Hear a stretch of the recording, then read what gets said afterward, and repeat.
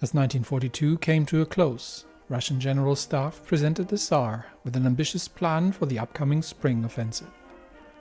In the northern sector, Shatilov's 9th and Rostovsky's 8th Guards, Stefan's 6th Armored and Ungensternberg's 5th Mountain would be committed to destroy the remnants of the Austrian-German Northern Force, advance through the Suwalki Gap towards Königsberg, and challenge Guderian's panzer armies, supported from the air by Indian and Russian bombers. In the south, Casagrandi's 2nd Guards, supported by elements of Ledvitov's newly formed 16th, were to take the bridges at 2 villages north of Odessa, breaking German defenses and crossing into the open terrain of Romania. They would be assisted by a special marine detachment, crossing the Dniester at night and securing the bridgeheads. Expectations were to force a Reichspakt retreat towards the Vistula after defeating Guderian, and to secure strategic Romanian oil fields with the front established east of the Carpathian Mountains. In preparation, railways needed to be expanded, reserves stockpiled, and the ground attack capabilities of the Russian Air Force expanded. The Tsar signed off on the plans, setting the final phase of the war in motion. Significant enemy naval assets have been arriving in the Bay of Bengal. We don't have clear intelligence yet as to what is exactly underway or where exactly they are. But in order to determine that a little further, I have sent the first scout wing over the sea zone of the Bay of Bengal in order to see if we can spot anything here and get a clearer picture of what's going on. Meanwhile, we are flying reconnaissance operations over Ceylon and trying to determine the strength of the defenders, because we have 4 marine divisions getting ready for a potential naval invasion. But obviously, as long as these naval forces are threatening us, there's no way that we can get the needed naval superiority in order to launch any kind of invasion. So that's on hold for now. In Africa, somebody in the comments pointed out, and you are completely right, keep forgetting that we are running disjointed wars and that the Entente is not actually in the war against us. So the way it works is that we have the American-British War, which is the Entente and the Reichspakt against the Third International, including, curiously enough, Finland, which is why I'm still having troops over there, by the way. We then also have if we look at the other ones, we also have the Russian-German War, which is, for all intents and purposes, the Second Weltkrieg, which is the co-prosperity sphere, the International and the Moscow Accord fighting against the Reichspakt, but not against the Entente, because they have only joined the other half of the war. And then we have the Second Sino-Japanese War, which is obviously the Chinese United Front and the Reichspakt against the co-prosperity sphere. Reichspakts involved everywhere. And we have the Greek-Ottoman War, which is literally just Greece versus the Ottoman Empire. So that's that. We could support the Greeks here, but honestly, we have reasonably little troops available at this point. What this means, however, is that there's actually not an opportunity for Middle Africa to attack us from Portuguese territory. They do have military access, so they can retreat into Portuguese territory, but they can't go back again because Portugal is not at war with us. So I think that's the comment, whoever left that comment, is correct in that assessment, which means that I can actually use these troops elsewhere. Now the question is, where would elsewhere be? Because we do have fairly little supply in the area, unfortunately, and making any kinds of supply runs in the north here against enemy troop concentrations would be a difficult proposal. We can probably chip away a few divisions, but all in all, there's not an awful lot of opportunity that we have here. And also not a lot of strategic point, because we are controlling, I believe at this point, most of the supply region. So we would have to push significantly further south into the southern parts of Middle Africa in order to deal with the rest of the troops. Now we still have an opportunity here. So what I'm probably going to do is I'm going to grab 3 of these divisions, get them situated here, and we might as well bring the rest of them. So we'll get 6 divisions. So these are just regular infantry. These are unupgraded infantry, so relatively low combat power. We have an opportunity here to maybe destroy a few more divisions and secure sort of the southern line, but this is probably going to be the extent to which we can push the supply capabilities. Which means we are, if we are to capitulate Middle Africa, going to have to take out the enemy government, which means we would have to launch from, obviously not from Sao Tome, because that I believe is under Portuguese control. So let's have a quick look. Yeah, that's under Portuguese control.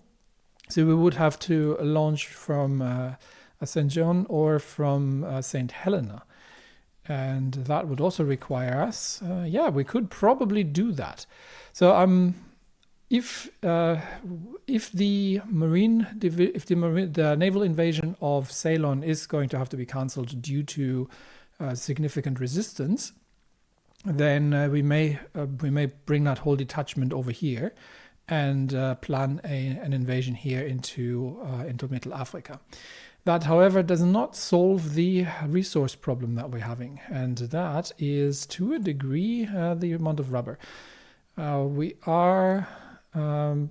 This is going to shift again very soon. I think I'm just refitting a few planes or a few things, but the biggest problem is not the aircraft. The biggest problem lays with the half-trucks that we're building, and that these half-trucks are going to consume rubber, and we are going to commit significant amount of factories towards them in order to mechanize the Russian army, which means we need more rubber. Now, there is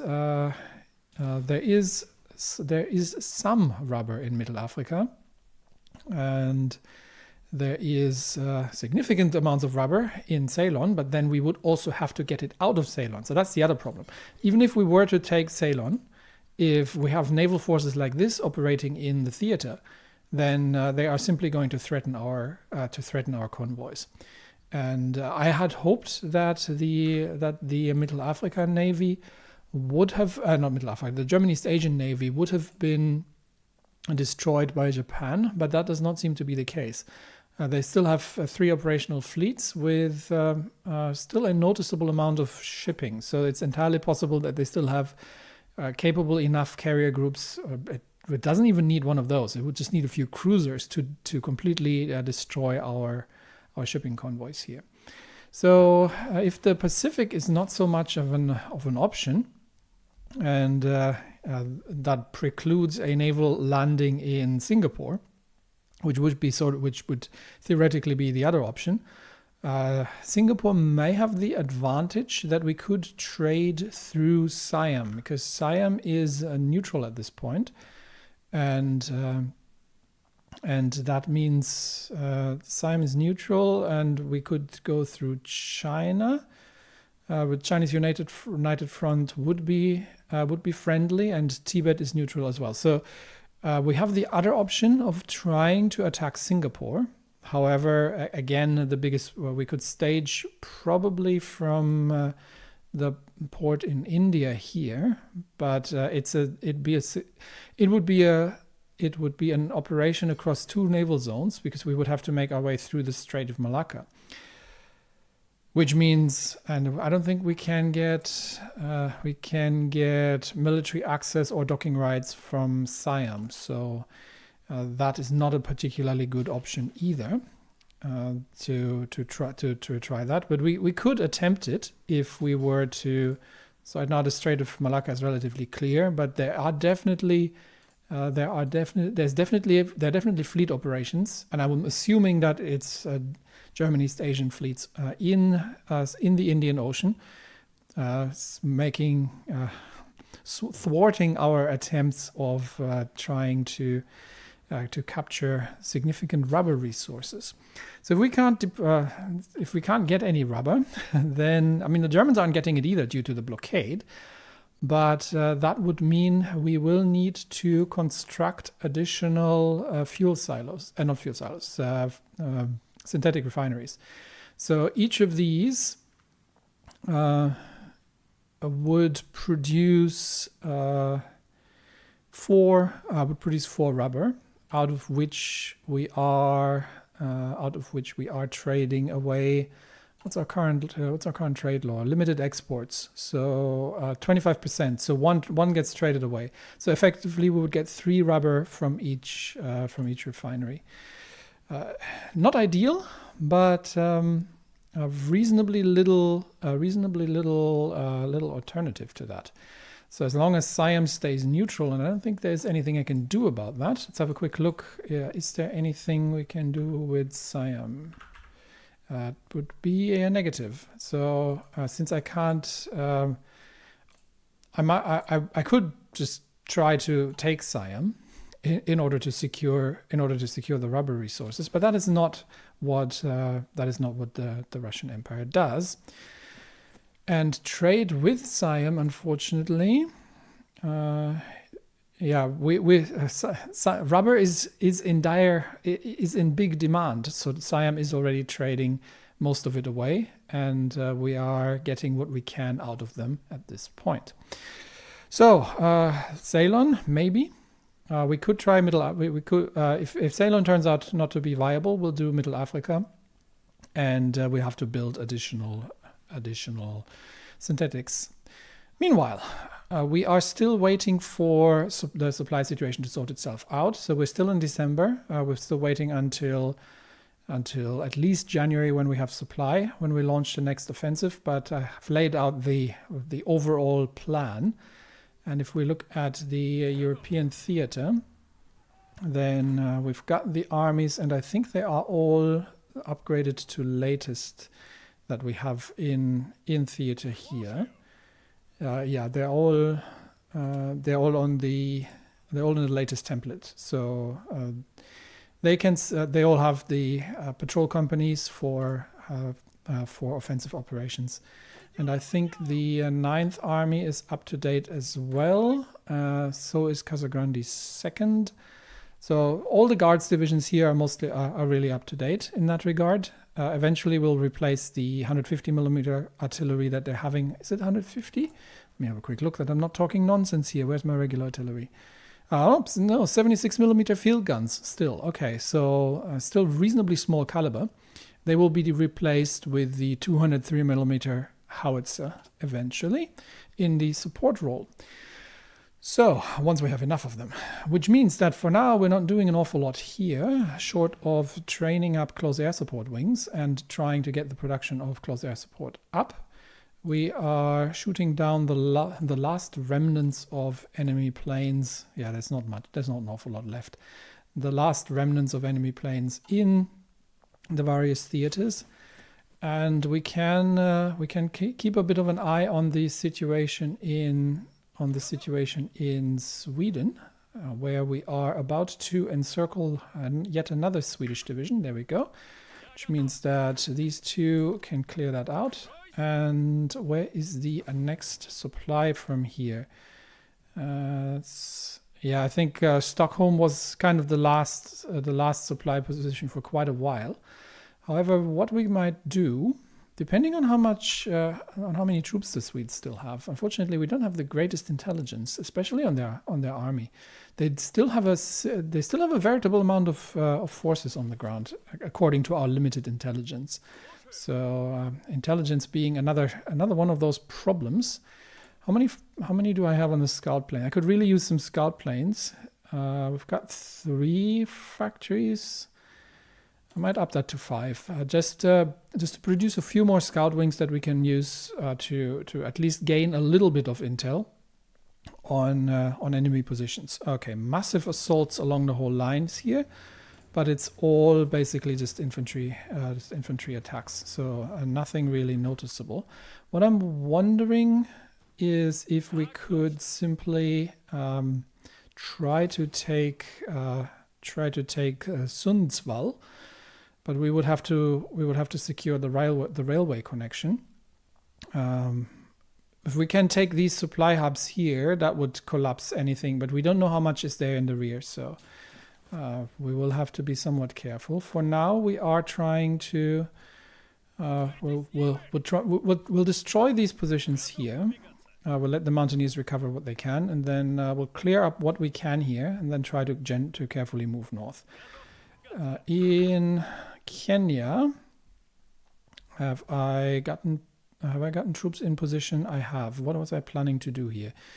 We were planning to break through here potentially, yeah, and clear that out a little bit. But these troops need to regain their organization. In the south, divisions are still on the move. This is going to take forever, so I'm going to get them to take the train if possible, except for the 185th, which is going to just march over. Okay. We do still have to keep an eye on the European front and make sure that that nothing goes sideways.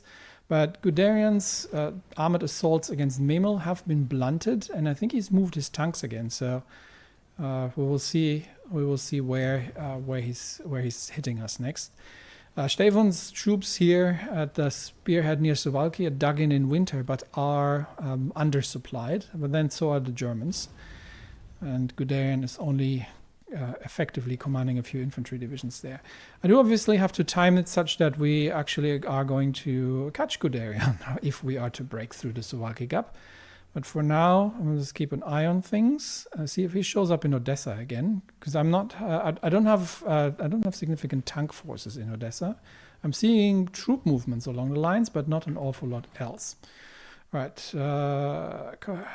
Copenhagen's still secure, and here we are. I think. Do we need to get this potentially? Okay, I'm not going to move further north. Here we are trying to. We are simply trying to cut off the remaining, the remaining Swedish troops, and we will see if we can. We'll see if we can just get these destroyed still as well. All right, that's a quick look on the construction tab. We still have until end of January. Obviously these things get interrupted whenever there's combat going on, which is why this is all taking so long. But yeah, we should be able to finish that for a early spring offensive. See if we can get past behind the enemy lines here. Unfortunately, we are encountering resistance. So there are definitely more Swedish troops here than initially thought. So we still have some destruction of forces to do here, and we can pin the divisions in Falun to make sure that they are not getting through. And then I think we'll, no, we can't help out here. So we'll just move north to close the gap, but I think it's not necessary. Oh, we've actually overrun somebody here, I believe, by the looks of it. Quick look over into Kenya. These troops are ready, so we can launch the next assault. We've got some guards divisions here, and I might actually get. So we're not going to get too much. What is this is forest, so combat width is going to be relatively small. We got 60 combat width, so let's just get two divisions to launch the assault here, and to effectively try to push through and encircle one of the enemy troops there. That's a little bit of cleanup. 5 divisions in place that are in need to recover, which means we can get back to Sweden, where I think we are about to. We are getting some counterattacks here, but we are about to. Let's see if we can cut them off in the north. Actually, we are about to at least get 3 Swedish divisions encircled. Consolidation of security services complete. Though its current form dates only to 1930, the Department of State Security boasts a long legacy of domestic espionage. The agency has excelled under its director, Klavdi Foss, but its scope can be expanded beyond just tackling domestic extremism. Its power overlap with primarily foreign intelligence-focused Special Purpose Department of the MVD and the 5th Department of the War Ministry. So we're basically bringing all the intelligence services together, which gives me 5% stability, which I don't need, but an operative slot, which is what I'm after. and I can do anti-communist raids to reduce right-wing anger. Not necessarily looking at that. In fact, how's our war support situation? Slightly improving, but I think the measures are potential. They're still going on for quite a bit. Since there's not an awful lot, else we can really do. There are as long we can get a few free factories eventually. So that would be something that's potentially useful, but no rubber, and rubber is what we're sort of short on. Tungsten mining would be interesting, however. We are a bit short on tungsten, so that would potentially be an interesting operation. Okay, for now we're clearing a few more Swedish troops here, and unfortunately we have not managed to catch that, but we are going to be able to destroy these 2 Swedish divisions here, and then we can do the same in the north, and there's really no need to for this battle particular. Okay, India has declared war on Nepal, so things are going sideways here quite noticeably. So they have massed troops on the borders and are about to conquer Nepal. We might see if we do need the Central Asian forces for some stabilization at some point, but for now, not an awful lot going on there. We're still not very far in the progress, so we still don't know what's going on troop wise. I think once we have the scout planes only affect intelligence, so. We should be getting gathering some intelligence over the Bay of Bengal and over the region here, but it just affects the general intelligence against Germany, not the specific intelligence against things. And yes, I do need to get a new focus. What have we not done yet? I think it's nothing that's particularly important. This would give me a few. I don't need that. That is another stability factor. Don't really need that as well. And this could get us into penal battalions. Don't really need that either. We don't have. We can get a few free military factories here, or we can still grab a few more dockyards. And I think I might actually grab a few more dockyards at this stage. So let's do that. And one thing I actually need to check is how's the Greek war against the Ottomans going. I don't think it's going anywhere, but it is a Greek front that makes getting Greece to open a front against Austria quite difficult. So I think for now we will be holding on as we are. Bialystok is getting hit very hard now at this point, and I actually do have to, unfortunately, I think divert some sort. Why are we having so few troops in Bialystok again? There might have been just some divisions moving off. So I think they can hold this, but I mean, we've got 7 divisions here. Okay, yeah, we've got a few foreign divisions. They should be able to hold this. We'll keep an eye on it. Do we have green air over the zone? We do. And we have significant numbers of support planes at this point. The Persians have joined as well. So I think that'll help with the defense quite noticeably. All right, so let's keep a quick eye on Sweden. Okay, Sweden should clear out without too much trouble. We will see if we can. Oh dear, that goes all the way around. We will see if we can manage to encircle that division there as well. And we'll just destroy what we can along the lines. Here, I do have to keep an eye a bit on the Bialystok situation, but I think this is going to hold without too much trouble. I think it's because some of the Allied troops are launching assaults by themselves that this is becoming a problem. Talking about problems, trucks. We are short on trucks. So truck production still needs to get the production efficiency going. And yes, we are definitely short on rubber at this point. And we can trade a bit from India if they can deliver it. I don't wish to trade rubber with Peru because that involves convoy traffic that I can't secure. Everything else is relatively quiet along the front lines, which brings us to Africa. Okay, we are launching the assault in the north here, so that should lead to the destruction of one more division. And here we've got 6 divisions ready, so we should be able to get quite a few. We'll leave one behind. We will launch the assault towards Bismarckburg. That should cut these. Actually, we just need to take this position. That should cut these off. Yeah. So we'll just take this position, leave one behind, destroy this one, and then head over, clear that out. So that should deal with the enemy forces quite rapidly. No, we are finding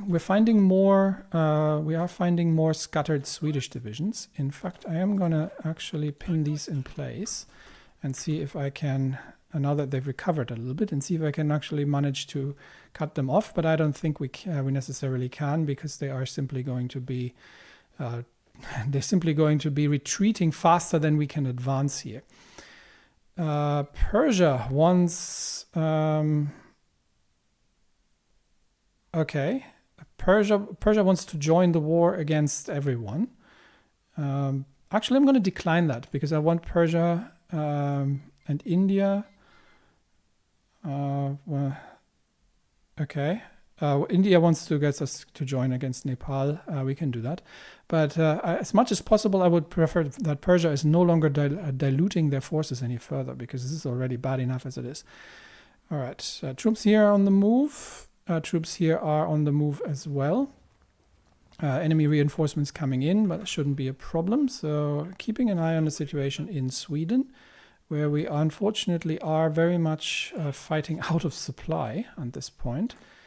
Yeah, and they're already retreating faster than we can advance.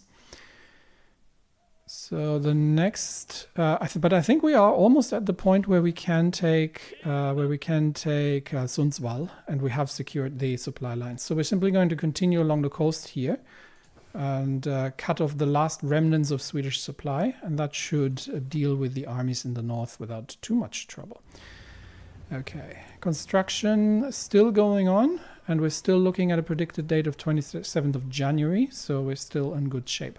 Talking about which, we should actually have the Ismail back. Where is she? I think she has been renamed. I do not wish to know why, but that was the Ismail herself, as far as I remember. So this veritable ship is actually completed. We do, and this might be a bit frivolous, but we do have, if I'm going to look at outdated designs, I'm actually going to recommission the Ismail design. We do have the potential here of just doing the upgrade. How much would that cost to refit? Let's see. That would give us a bit more reliability, a bit more anti-air, and a bit more hit points. So if we were to save this, yeah, 560 refit cost is minimal. We could also give them radar. That would so maybe we'll do a quick run of that refit still, and we'll see how many, because the others are not yet finished. So I may as well divert a few factories on refitting, on doing that refit. That is just the latest from the MIO, because the MIO hadn't really been upgraded very much. So we've got, okay. I am not sure why this doesn't take. Can I not rename this ship? Let me see if I can figure this out. Okay, this is rather infuriating. By all intents and purposes, I should be able to rename the ship, but I am not, unfortunately. So it is now ship N1. I think Korabel in Russian is ship. I think this came from the refit. I will see if the same thing happens to the other ones when they complete. But it's unfortunately not something I seem to be able to do anything about. So technically what I should be able to do is click on the ship, what I just tried, and rename it. there isn't even a console command, so I may have to do it via save file editing if I'm daring to do it. But we will see. Unfortunately for now, we'll have to live with that inconsistency, as much as I hate these sort of things. Anyway, as things are going, let's have a quick look around, because now I got distracted and I forgot what we were up to. We are still moving in Africa slowly, and here we're still moving slowly as well. Sweden, we have destroyed further Swedish troops, and yeah, we'll simply be pushing north. I am going to leave an offensive line to deal with that, so I don't forget. And here we are still dealing with supply issues. We are building a little bit of a stockpile. That is intentional, because if we're going to do extensive offensive operations during a spring offensive, we are going to need stockpiles of things. We do have 746 self-propelled artillery available. I am almost tempted to begin deploying that to the Guards divisions. If we were to add the heavy self-propelled artillery, how many would we need? Okay, almost 4,000. So it would be only a small section of them that would take these. I think again we'll just stockpile them for the time being, and use them for a replacement of losses. And or we might be able to refit small sections of Guards divisions, maybe in the south, because the line here is relatively weak. So what we could do is we could get some of Casagrandi's experienced divisions, and let's do that. Let's get these Guards. Alternatively, we'll just turn them into the Storm divisions, honestly, because they're almost the same thing. What they're missing, the Storm divisions are missing, is the Scouts. Actually, I might actually change those as well. What would that look like if I gave them the patrol company and the self-propelled? Oh no, I don't. This would reduce attack in urban territory. Yeah, so we would have to do line anti-air. So that would make it a 36 width, quite significant. But we would get 3 recon, which we didn't have previously. So that might actually be something we can do, just to get these. Turned around a bit, or I might trade out one of the artillery pieces against the anti-air, because this is starting to get a little getting a little big for my taste. So maybe instead of adding that, so we'll just trade one of the artillery pieces out for AA, which gives them a bit more, which gives them the recon. Not for the movement, because these are specialized for fortification attacks, but that's what the engineers are for. But it gives them the recon for in order to choose the right tactics more successfully. All right, yeah, let's change that around, and we'll take the Guards divisions, duplicate that, and then we have the fourth iteration of the Guards divisions. And these guys would, that has to go into a separate line. These guys would would be given the heavy self-propelled artillery. 28 combat width is quite thick as well for these, but that would give them a decent amount of armor against enemy infantry. So we'll save that. We're not going to decommission the third iteration just yet. I might give them a different symbol as well. See if we can find something fitting. More of a. We can take this one. Okay. So these are Guards divisions with heavy combat support. So I was thinking of giving some of Casagrandi's troops here, especially in the Odessa sector. That might. What do we have? This is Casagrandi, because we're going to attack here. So the divisions that are positioned here already, and it's not these.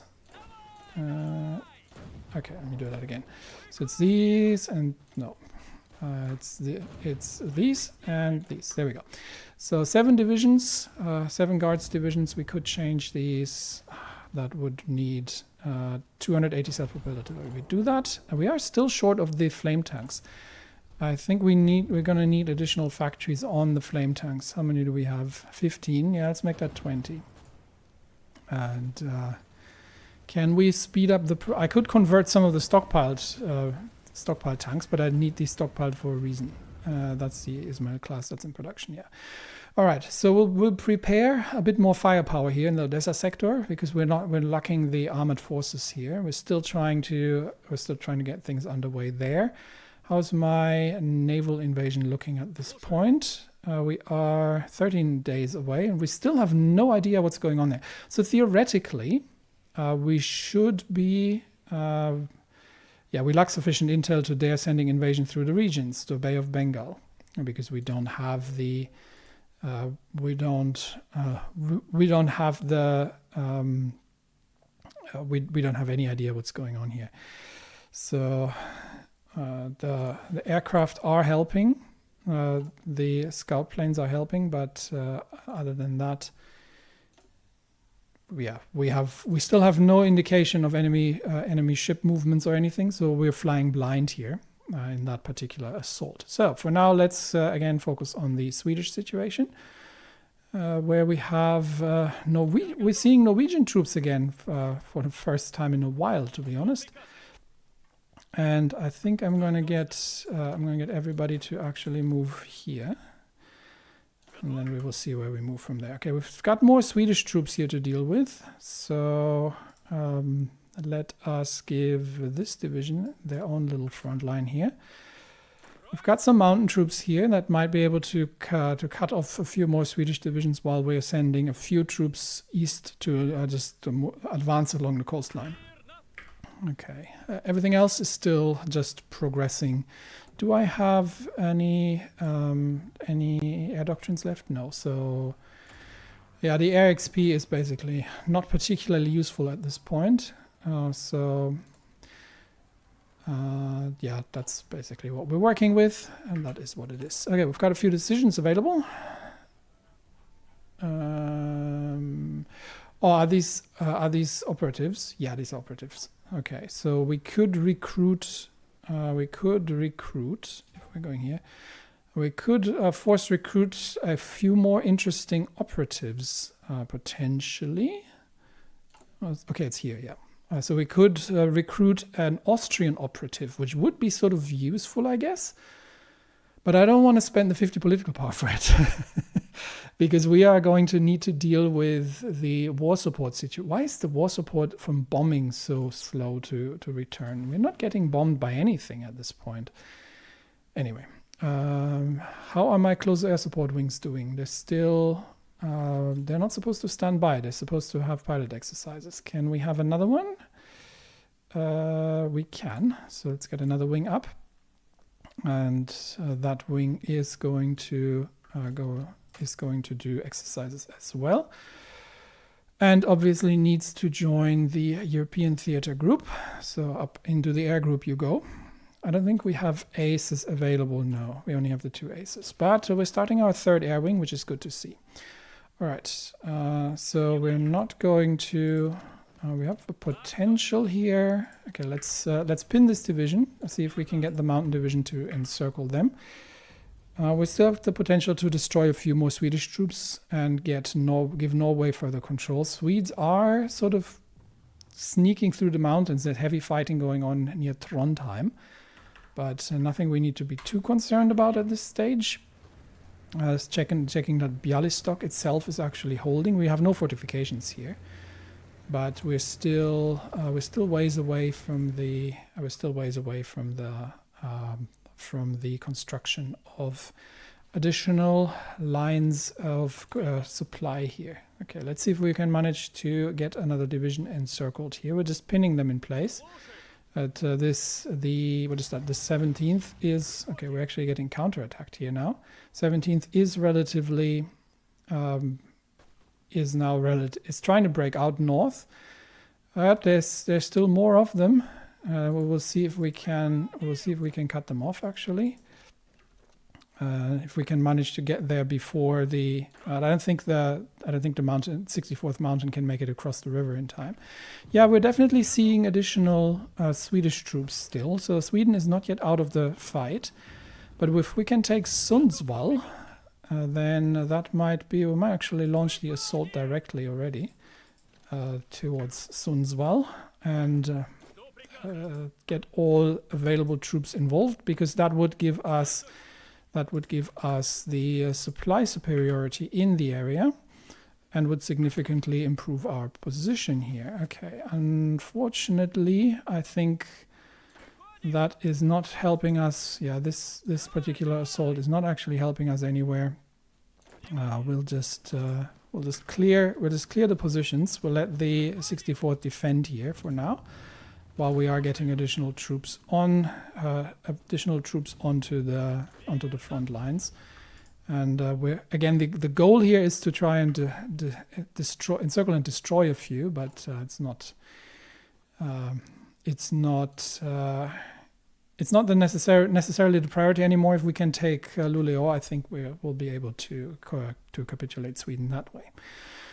Okay, counterattacks, relatively futile counterattacks along the lines. Do we know where Guderian is at this point? He has redeployed to Odessa and is trying to take Odessa again, but I don't think he is getting anywhere.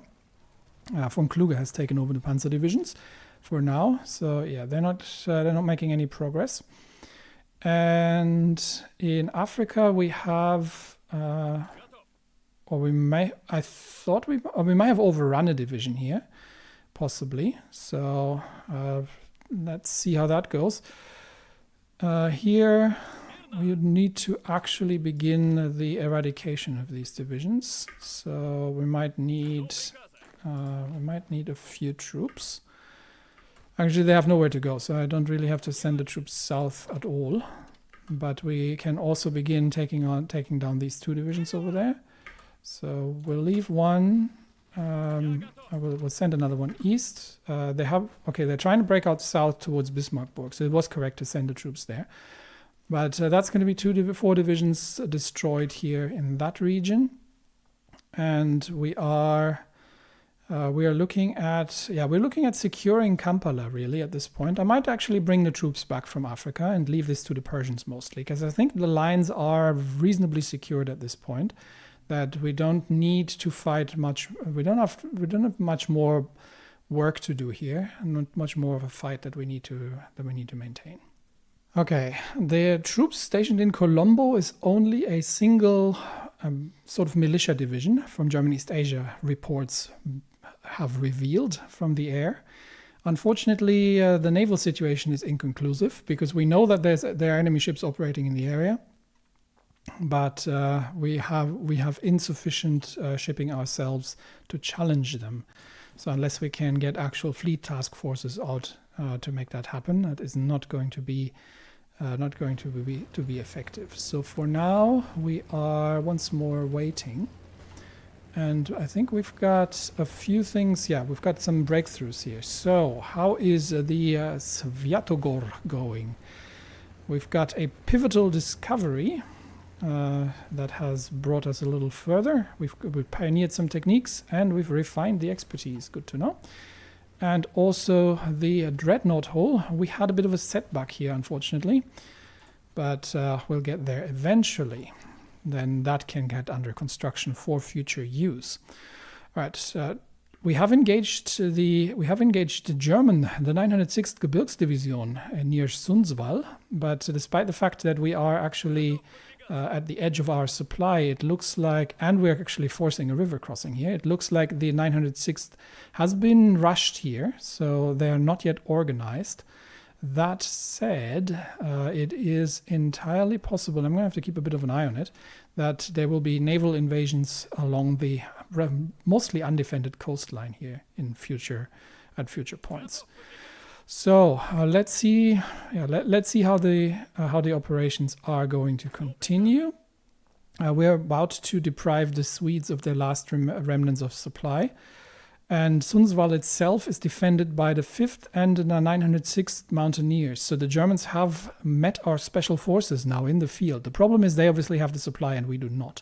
So what we are still having the 60th Mountain, and we've got the 164th Guards, although the 11th Army is nowhere near up to standard. But they're currently fighting in foreign shores as well, so it's not a huge issue. Massive attacks across the whole line here towards the end of January. So they are really trying to breach our positions here, despite the losses that they're taking in the wintry and icy cold in Eastern Europe. But they're not getting through anywhere at this point, which is the important part. Do have to keep a bit of an eye on this position here, because the lack of supply is biting, and that's not just affecting attack and defense, that's also affecting recovery. So we do have to be a little careful about the whole situation. That said, challenging us over Poland, are we? The Indians have moved off. We still have a fighter wing here that we can deploy. So let's bring that into Poland as well. How's the Ukraine situation? Yeah, I probably don't need that many. So I might divert a few more and clear the Polish air zone. Yeah, let's divert a few fighters over. Always helps to check. And with that, I think we are dealing with the last remnants here of German and German East Asian aircraft reasonably quickly. Nepal has capitulated. I have no dealing with that. That was India's war. So, despite the fact we were obviously part of the war, but Nepal has been captured, has been taken over by India. I'm not sure I am in favor of that. It's not that's not how I believe the Moscow Accord should behave. Then again, for now we are at war, so these kind of political things will have to wait afterwards. But definitely not in approval here. And we are potentially, how's the supply situation here? Still decent. We can still probably, what we can do next here on this front is to actually shorten that.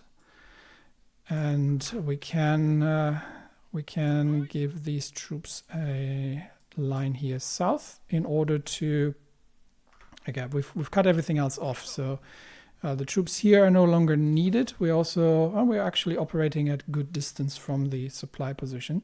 But there's not an easy, this is going to get difficult to push into. So really not necessary to make further operations here. So I think these divisions from the 15th Army, they can, where can we bring them? We'll bring them north for now and assist with I want the front line changed. Concentrate here, and then they will be the second part of the assault here. So we'll stabilize. We'll take Goma and we'll stabilize the line here. That is a good distance and secure Kampala. And then I think we can probably move the troops off the front lines and bring them somewhere else where they are, where they're going to be more efficient. In Sweden, we have we're going to launch another assault at Sundsvall by the 60th mountain. I think they can manage to break them there. How's the air situation here? We actually have green air. We've got air support. Well, that's always going to be helpful. We'll see if we can manage to further encircle still a few more Swedish divisions here. See if we can get some further encirclements done. Right, TOS has the final, and now we can take this. It's the final point I can take. So this one is actually going to be complete. So I can start spending the funds from this actually to give out medals. So this will give 5% breakthrough, defense and reliability. And we are going to have to upgrade that. So let's do that quickly. So if we're looking at the Automat Pistolet Pulemjot model 1943, commonly known as assault rifle, gets additional defense, reliability, and breakthrough. Although by how much? Is that the delta? Maybe that is actually the delta. That would be quite neat. So save that. This shouldn't cost us too much. We're at 68. Actually, it's a good opportunity to try this out. 68 we're replacing that. We're still at 68, so it doesn't make a difference. We could convert a few things from stockpile. Are we positive infantry equipment? We are. Yeah, convert what you have. That improves the production. So that's a good thing. And yes, the newly gained factories that are going into things like close air support and trucks.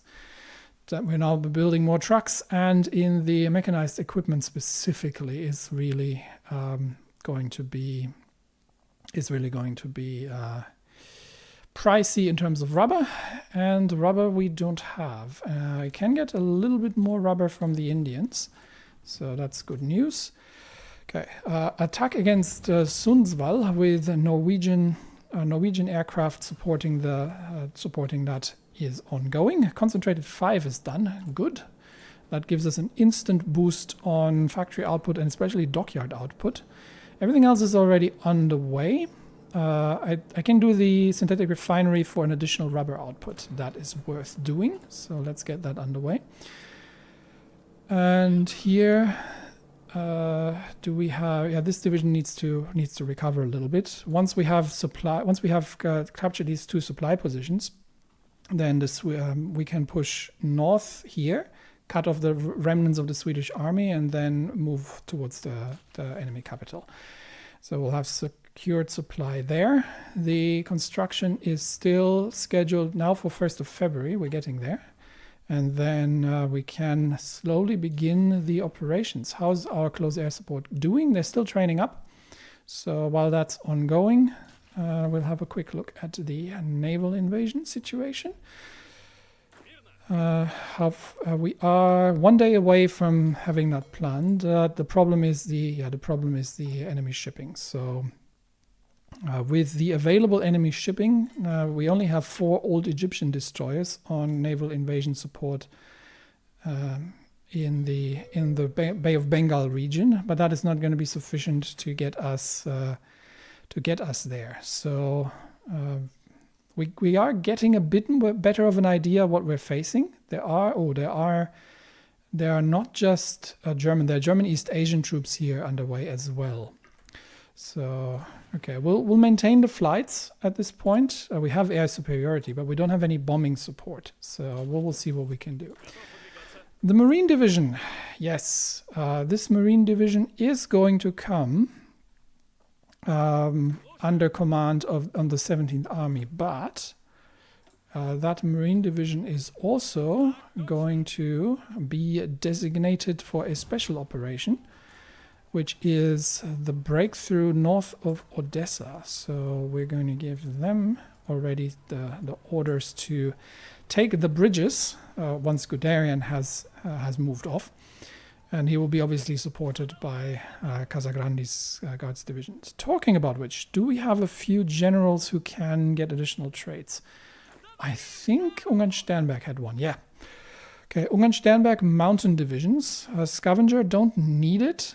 I think I'd rather take the fortress bus, although I'm not necessarily using these to attack fortified positions. Does he have anything else? How many does he have? 1 trait. Unfortunately, he still doesn't have enough. I think I'm going to save that because he should be getting a terrain trait at some point, and then I can use that for the adaptable. We have Govorov from the 14th Army, from all the defense that he's run, but all he can get is guerrilla fighter, which I'm not too keen on. I want him to get infantry export, so once he's done with infantry leader, then we're going to save that as well. And we have Field Marshal Boldirev of the 3rd European Front, which is more of the sort of defensive line here. So I am going to give him the defensive doctrine. He has 1 trait available. That gives us 30% max entrenchment, which is very useful. So I have a defensive Field Marshal for a change. Not my preferred setup, the whole thing, but we're getting there. All right. We have pushed the 906th Gebirgsdivision away, and we have taken the supply position in Jämtland. So once the supply is all connected there, yeah, stop the attacks here. Once the supply is all connected there, we will let's get that division over there. We will begin we'll begin further operations in the more mountainous areas here to clear up enemy positions. Can probably already at least launch an assault north of the river, as long as nobody is looking anywhere else, and then we can launch further attacks to destroy them. Okay, never mind. Einar Gerhardsen has announced that the cowardly Swedish nation could no longer withstand the pressure from the overwhelming presence of Norwegian forces, supported by Russians, throughout the country. The Swedish government chose to flee the country and has gone into exile, and their main forces have capitulated, and the Norwegian Socialist Republic is now in control of their home area. Though the war against what remains of the Reichspakt continues elsewhere, this is a great victory for all the Third International. Which means that the Swedish Navy, and we have still a few German divisions here that we can deal with.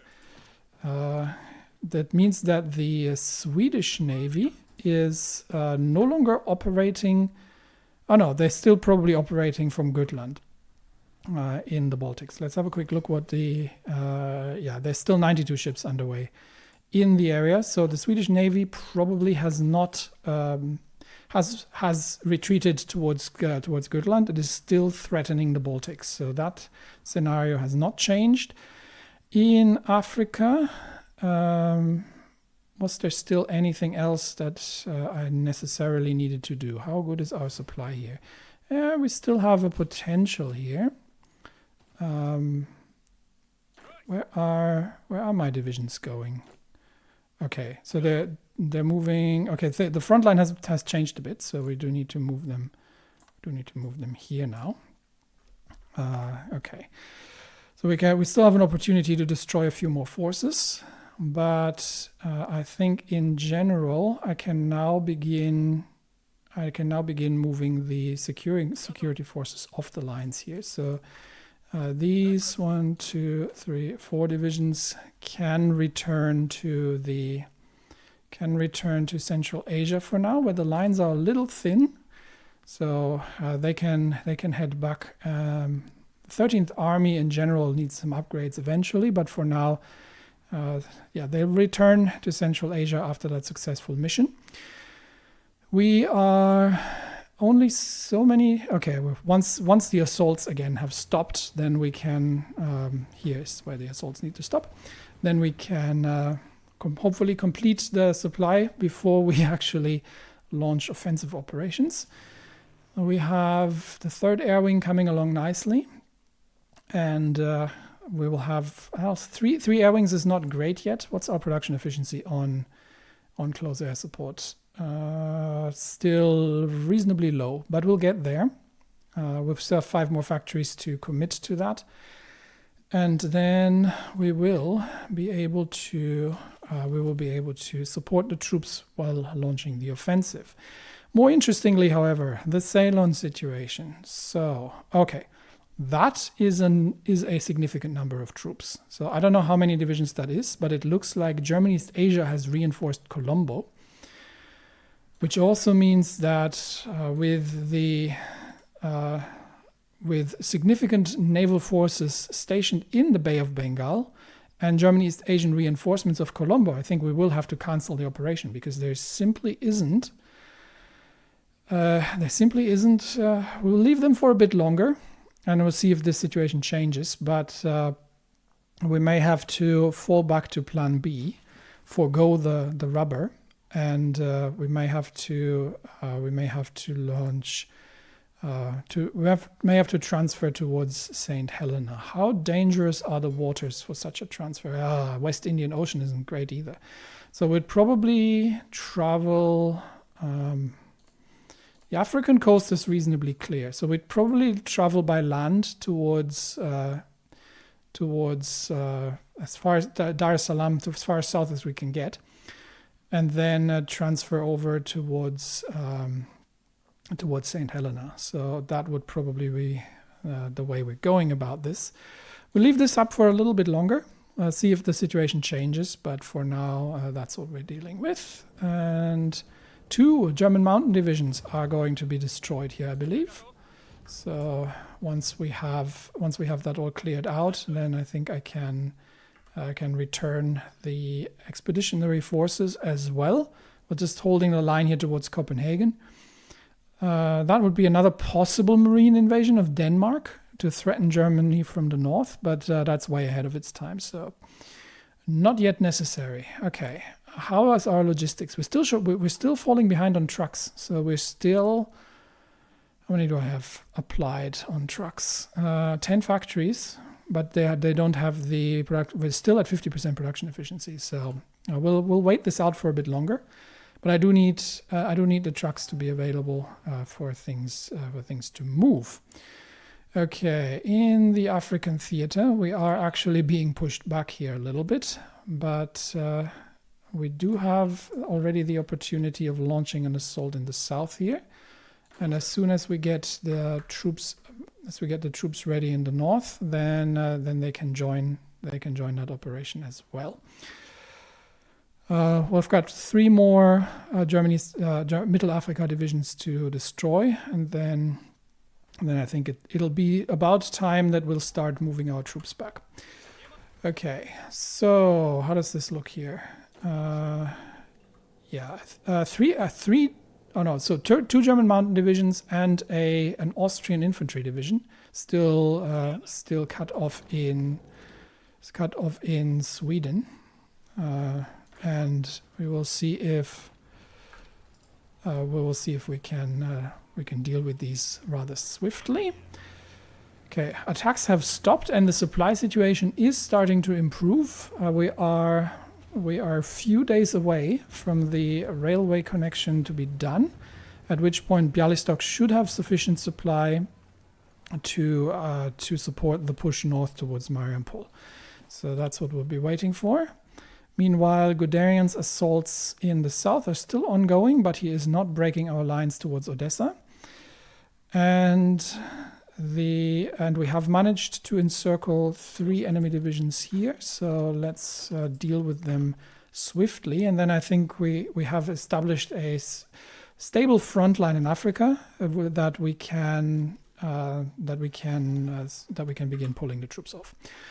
All right, we are short again on resources. That's probably rubber. Yes, it is, because India is not able to deliver as much as we want. Siam isn't either, so we are having rubber shortages now at this point.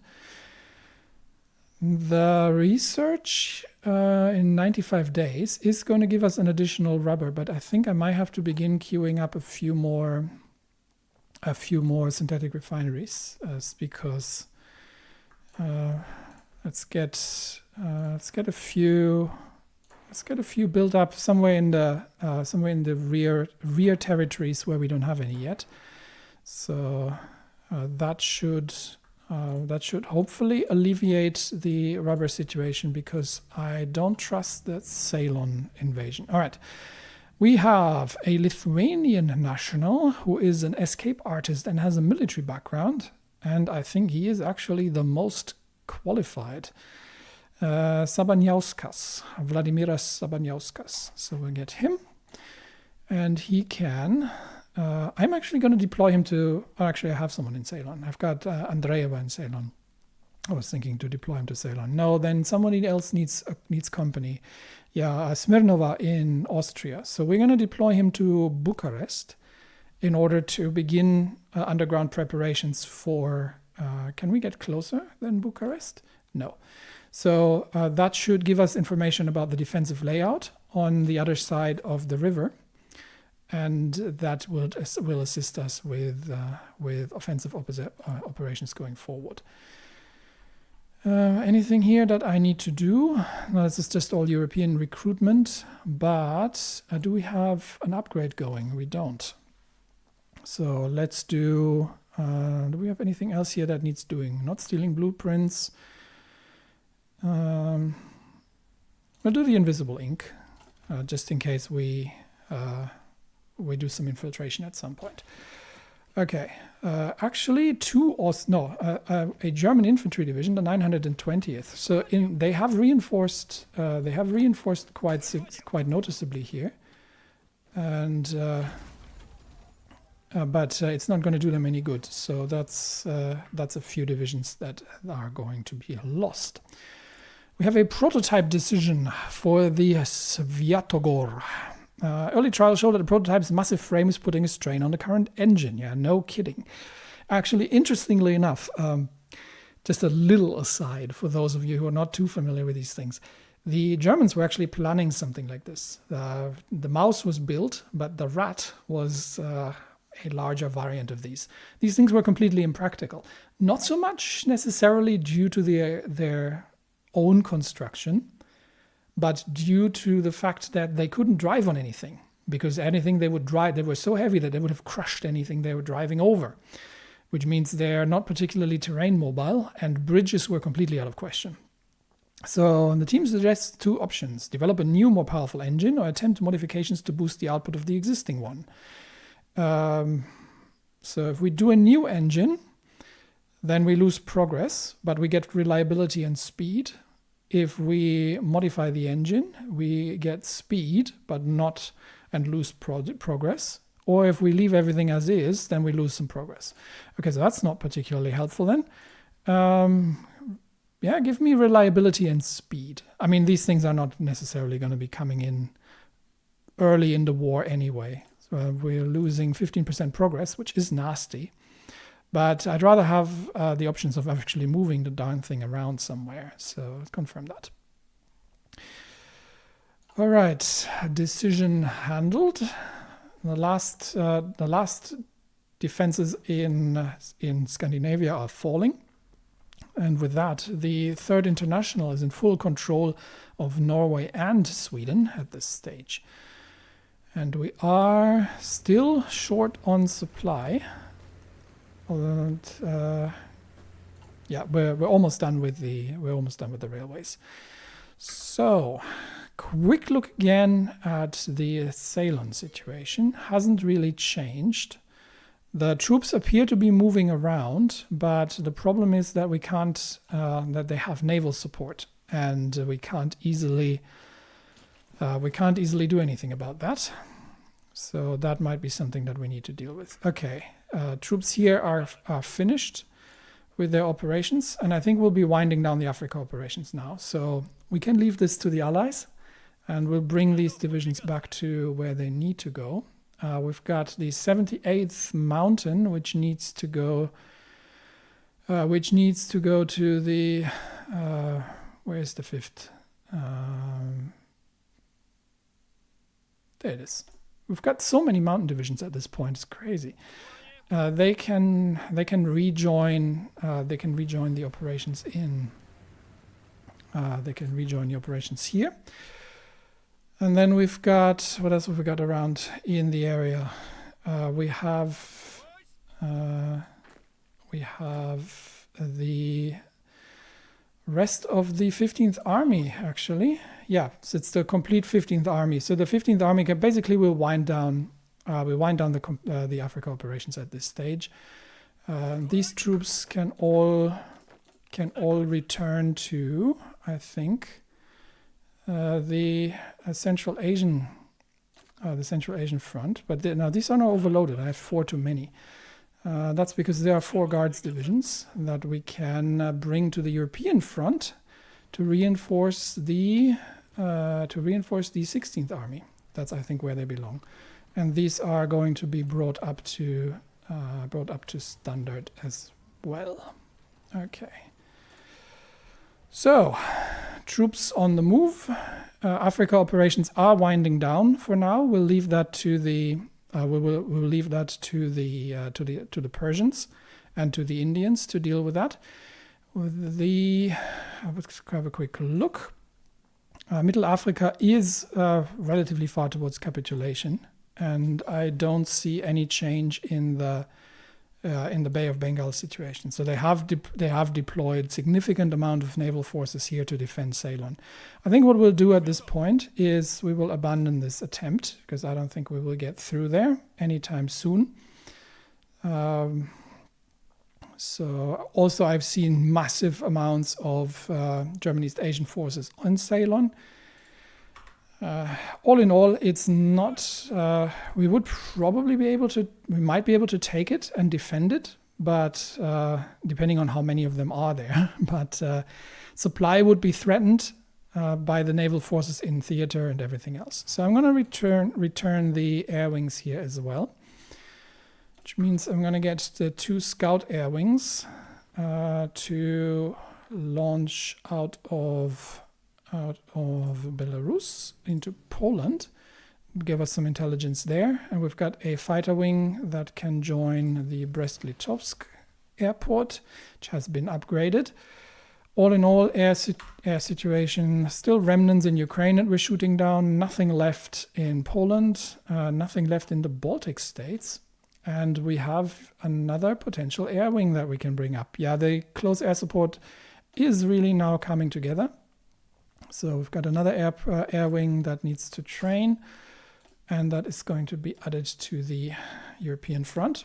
Once these are trained up and ready for operations over Poland, I think they are probably actually good enough as they go. But I'll keep training them until we launch the operations, and then we'll prepare the air forces.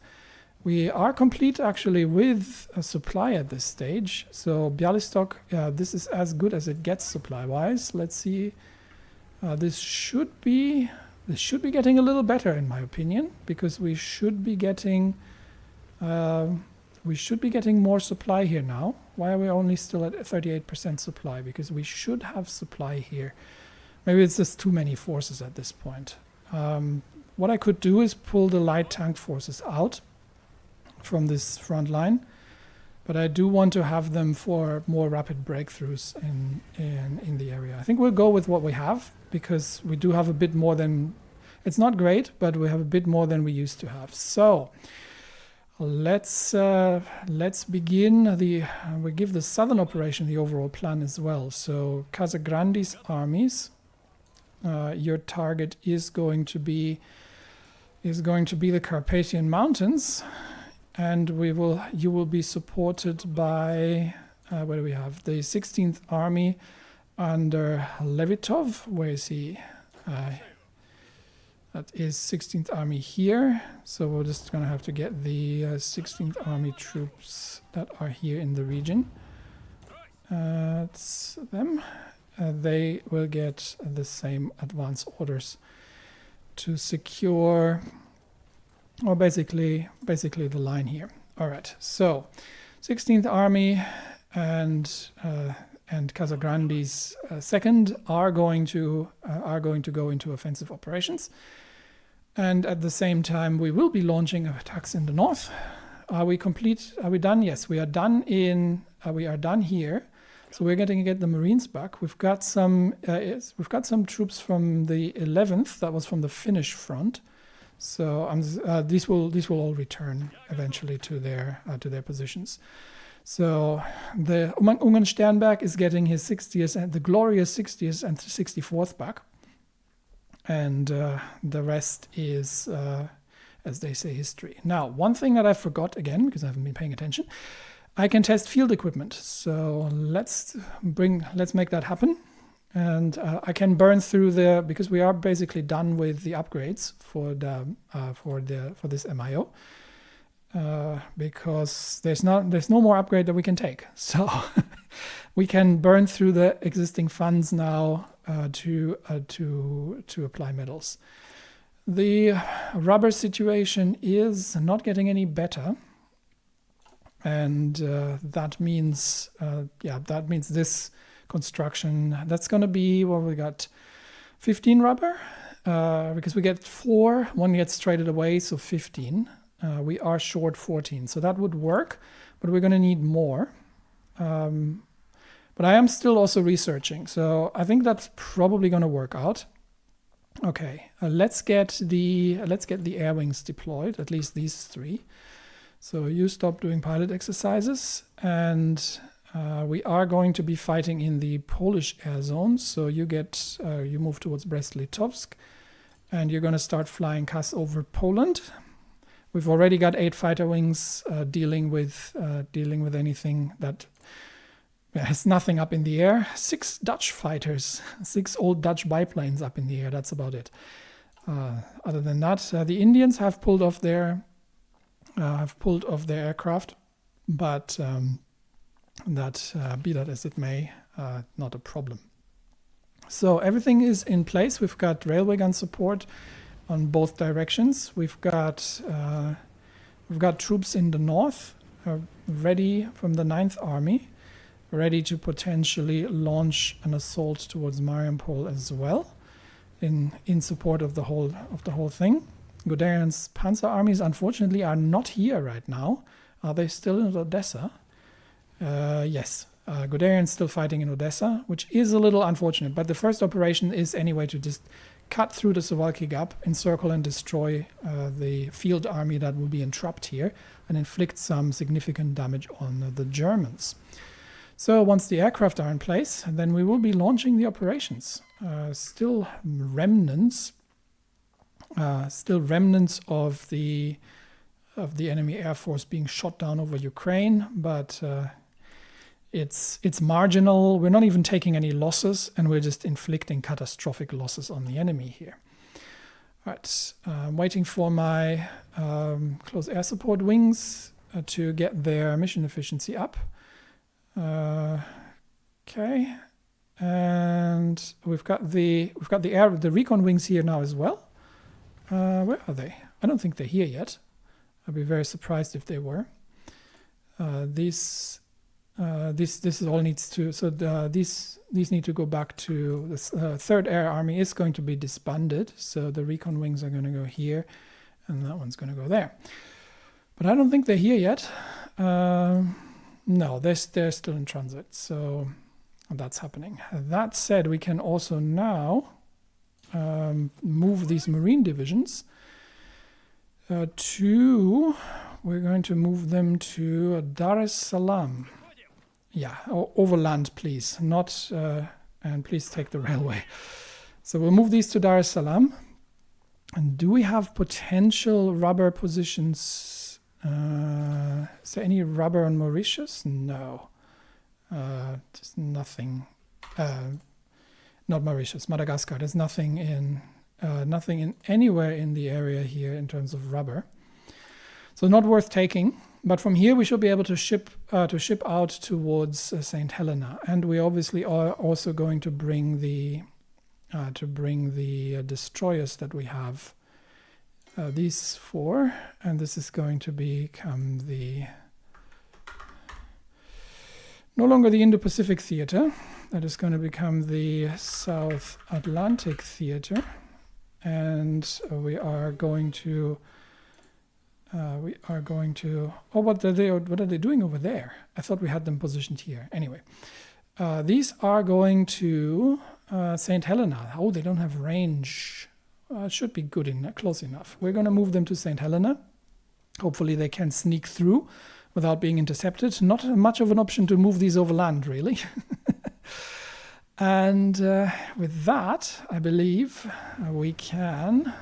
We have everything in place. We can launch the operations. Now Suwalki is open plains territory, so the heavy tank divisions are going to lead the charge here. And we are going to get these in as well. Can we actually... Oh, we can't attack that directly from here. That's a shame. I thought we could directly attack from here, but we can't.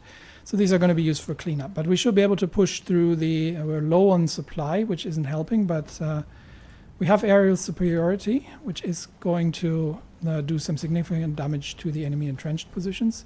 And we should be able to push through this with relative ease. And once we have taken that, then the move north is going to be easier.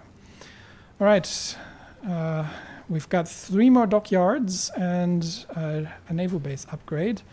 And we can get the new Admiralty shipyards decision. What does that do? This would give us more dockyards. We are not controlling... We are controlling Crimea. What do you mean we're not controlling Crimea? We are extremely controlling Crimea. Okay. Well, either way, we are looking at the battle, and we've already broken through in Suwalki. So now we are going to use the uncommitted light tanks to push north towards Mariupol, and simultaneously going to launch an assault. We have to leave a few troops behind, though. Simultaneously, we're going to launch well, we don't actually have to yet. We're going to have to pin the German troops here, though, to make sure they're not escaping. So let's pin these in place, make sure they're not getting away. Light tanks are a bit faster, so they're going to be exploiting the breakthrough. Obvious counterattacks are obvious. The heavy tanks are going to hold the line, and once we have taken Mariupol, we are going to launch the assault in the north, because again we are at the edge of our supply here. But I think the tanks can push this regardless, and we are going to need some tanks to clear out the positions. So these troops are not getting away. We've got the 6th Army tanks moving towards Mariupol, and I think we're actually going to start launching already in the north.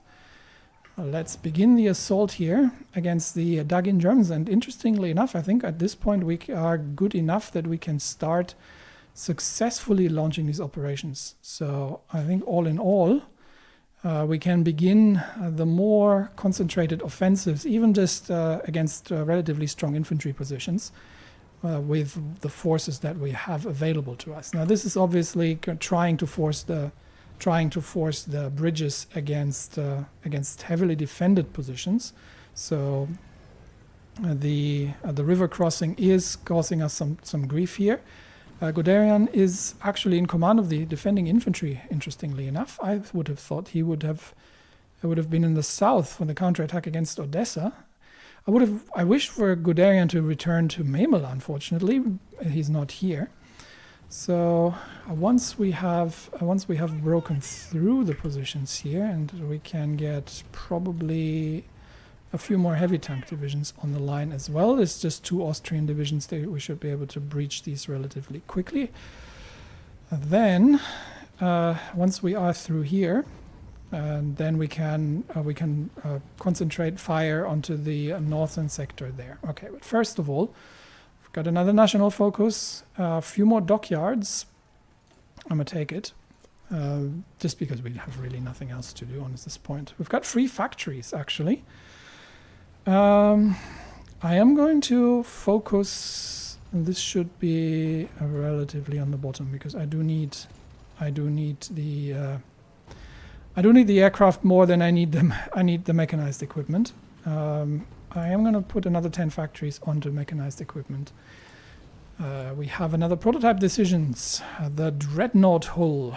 Top naval commanders gave us an impossible task to make the ship nigh invincible. And while we know it's not to be impossible, we can at least try to make it so. This time, what should be our priority? Anti-torpedo measures, anti-air, or reinforced armor and hull. So this is armor and HP. This is anti-air and reliability. This is a torpedo damage reduction. Torpedo damage reduction is not a problem as long as forces get screened properly. Anti-air, given that we have defeated most of the enemy air force, not really a priority either. I think the reinforced armor, at least at this stage, is probably what we're going to go with. So, because I would like these things to be as bulky as they possibly can be. All right, the attack against Mariupol is stalling a little bit, and I might actually take the light tanks off of this and get the heavy tanks to take the lead. Simply because they have more firepower available to them. Okay, that's better.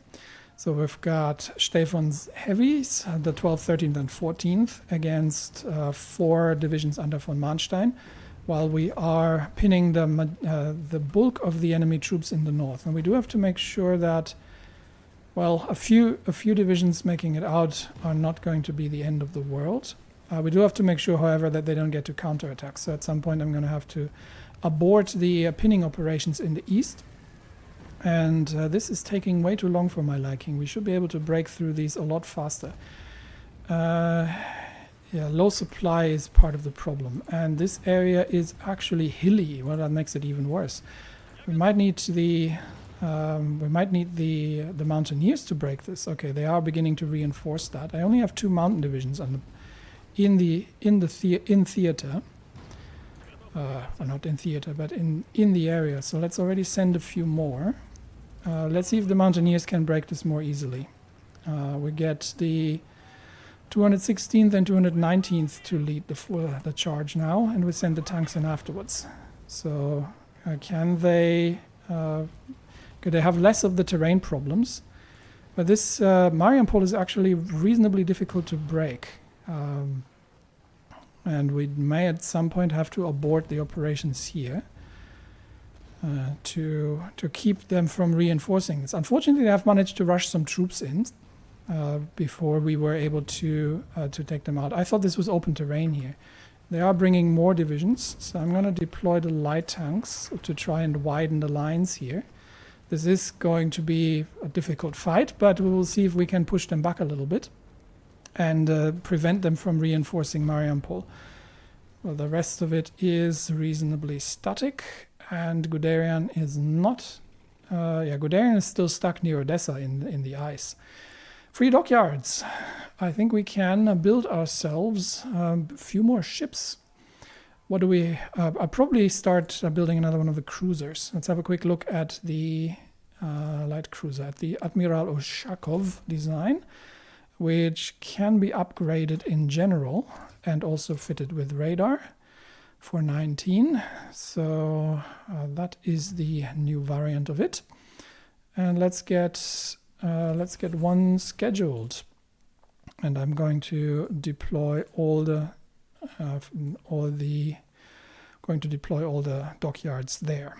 So another light cruiser coming in, and we have. But we do need to make progress here in Mariampol. This battle is unfortunately grinding to a halt, really. And I do need to leave some troops behind to dig in. So I'm gonna get the divisions here to dig in already.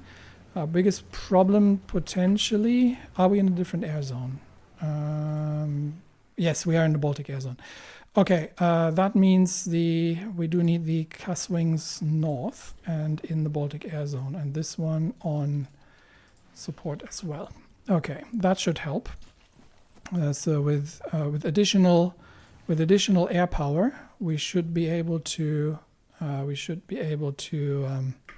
influence that positively, and hopefully start shooting some of them down sooner or later. But the mountaineers are not breaking through towards Mariampol either, and the tanks are struggling as well. So any further outbreaks here are going to be incessantly difficult, mostly due to lack of supply, because we have probably too many tank divisions here. I'm going to start pulling some of them that are not actively engaged. I'm going to start pulling some of them away from the lines that we're currently not actively using, and probably one more. That'll relieve the supply demands a little bit, but this position here is becoming increasingly difficult to break. The heavy tanks are not doing particularly well due to weather conditions, supply conditions, and everything else. But we have managed to breach south, and we've now got Shatilov's 9th Army divisions here, which once they are done with the defense, are going to be able to support the assault on Mariampol. They just have to defend against the inevitable counterattack, and then we are going to be able to join the fight here with additional forces from the north once we have deflected these 2 infantry divisions here. And now that we have numerous support planes active over the air zone in which we're actually operating, I think we will be reasonably quick to deal with that situation. All right. So with that, we'll have additional troops coming in, widening of the front line, and we should be able to force these out of here with much less difficulty. So fascinatingly enough, in the end it was Shatilov's 9th Army that has led to the fall of Mariampol. And now we have encircled fewer than I was hoping for. But we have managed to encircle, what is this, 10, 11, 12, 13, 16, 17, a field army. So we have encircled a field army. We're getting supply from the north, which means that the tanks are now getting supply as well. And now we can begin the cleanup operations along the lines here and get all the forces involved that are otherwise unoccupied. And now I might actually bring the heavy tanks in from here as well, plus the light tanks and everyone else. So let's destroy, let's have a quick look around just to make sure we haven't missed anything. Still got one division just holding Helsingborg. And the French Republic has taken over parts of Norway. Norway's still fighting Finland. I'm not getting involved in that. The Africa front seems reasonably stable. These troops could really take the train. Where are my ships? Ships have arrived already. Where are my Marines? Is the better question then. Marines are not yet still on the railway to making their way towards Dar es Salaam. Once they are in Dar es Salaam, we'll have to reassess the situation and make our way over. I think this is all way too far to get any aircraft underway, but for now, that's what we're dealing with. We do have another Marine division, which is going to join the. Which one was it? The 17th Army, yeah. So it is going to join the 17th Army front line here.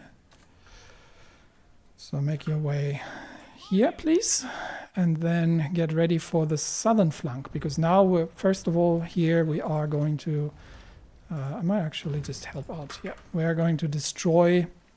We're holding Mariampol against counterattacks. Von Kluge has a single panzer division to his name that is trying to counterattack against Mariampol, but that is not going to help them very much. Furious attacks along the line here, really, including in the south, where they're trying to dig out Drozdowski's forces. But has Guderian still got his panzers in Odessa? No, he's moving. So if Guderian moves north, that would be ideal. And hopefully we're getting the first tank battles here between von Kluge's Panzer IVs and the heavy tanks, and they can not reach the armor, whereas the heavy tanks absolutely can. So the Panzer IVs of the 14th Panzer Division suddenly run into things that they cannot defeat at any range, and that is going to be a significant problem for them. Right, we've got the remnants of the enemy troops. We've got the remnants of the enemy troops encircled, and with that, I think we are going to see the loss of yet another significant force of the German army, and then we will use the momentum. There we go. Now we can use the momentum. We do have to reinforce Mariampol, but Guderian has now brought his panzer forces, and we are getting the fight that we were hoping for. So I'll be reorganizing the front lines. The Stefan's 6th Army is going to fight is having a fight on their hands against Guderian's panzer forces, and will push them towards Königsberg, while at the same time the Drozdowski's famous 8th Army is going to make their way through the forest with the help of the mountain specialists, through the forests south of Königsberg in order to clear the path. And the question is, Mariampol is not a supply position.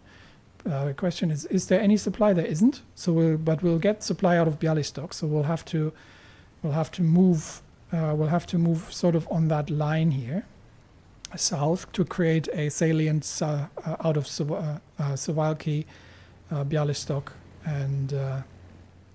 and south of Königsberg, while the 6th Army is going to push the German panzers back towards Königsberg, and then hopefully we can manage to cut them off and destroy them in their completeness. And simultaneously, we are going to, how far are they? Yeah, they're fully planned. So Casagrande is going to begin launching We just have to wait for the other Marine Division. Is going to begin launching assaults into Romanian territory to secure the oil fields. And I think with that, we'll have a quick look at the losses. Unfortunately, it's scattered. So we've got 1, 2, 3, 4, 5, 6, 7, 8, 9. Was it 1, 2, 3, 4, 5, 6, 7, 8, 9? Yeah, 9 and 60. So let's say about 160,000, 230,000 troops roughly. A mixture of German, Polish, and Austrian troops have surrendered in the surprise attack and encirclement, and have added to the overall losses. The German Empire definitely has lost the initiative. They still have about 2 million men available to them, so they're nowhere near exhaustion just yet. And interestingly enough, their war support, that is going to change. Their war support is going to drop once they hear of the terrifying news in the east. They still have a significant industry. They still have an army that is in size slightly smaller than ours. We've got 278 divisions, but we're also facing Austria at the same time, which still has a fair number of divisions available to them, and which has no manpower left. Okay, Austria is in a much worse position. So they are starved for manpower, and that means Austria is most likely going to fall a lot easier once we begin. Yeah, these divisions are under strength actually. Austria is going to fall much easier once we begin the incursions in the south. So the initiative has decisively shifted. Close air support, the Russian close air support wings are doing great work, and we've got another one coming up. So with the increase in availability in close air support, and with the momentum that our troops are now having, and with stockpiles, much more importantly, even the notoriously scarce flame tanks are now starting to become available.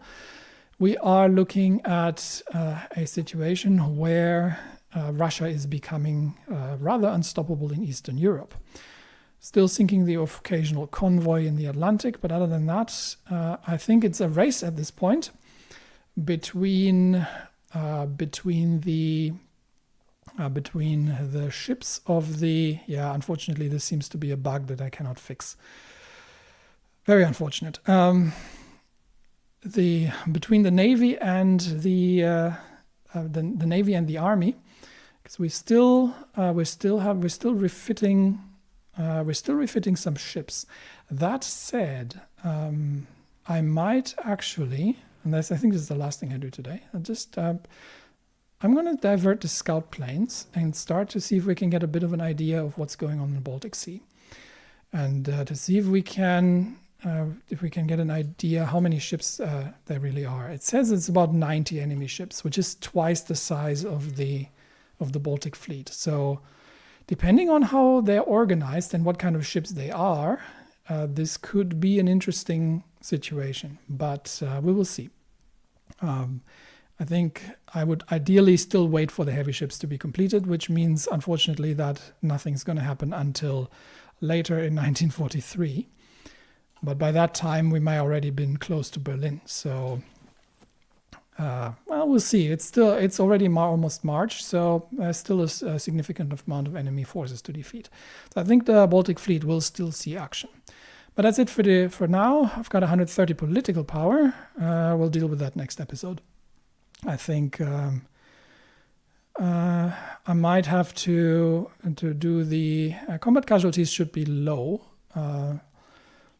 but for some reason we're still having quite a debuff from enemy bombing. It might take a while until that's going away. So I will slowly building up war support again. It's important to maintain that. So I might hold a little bit in reserve, but we'll see about that in the next episode.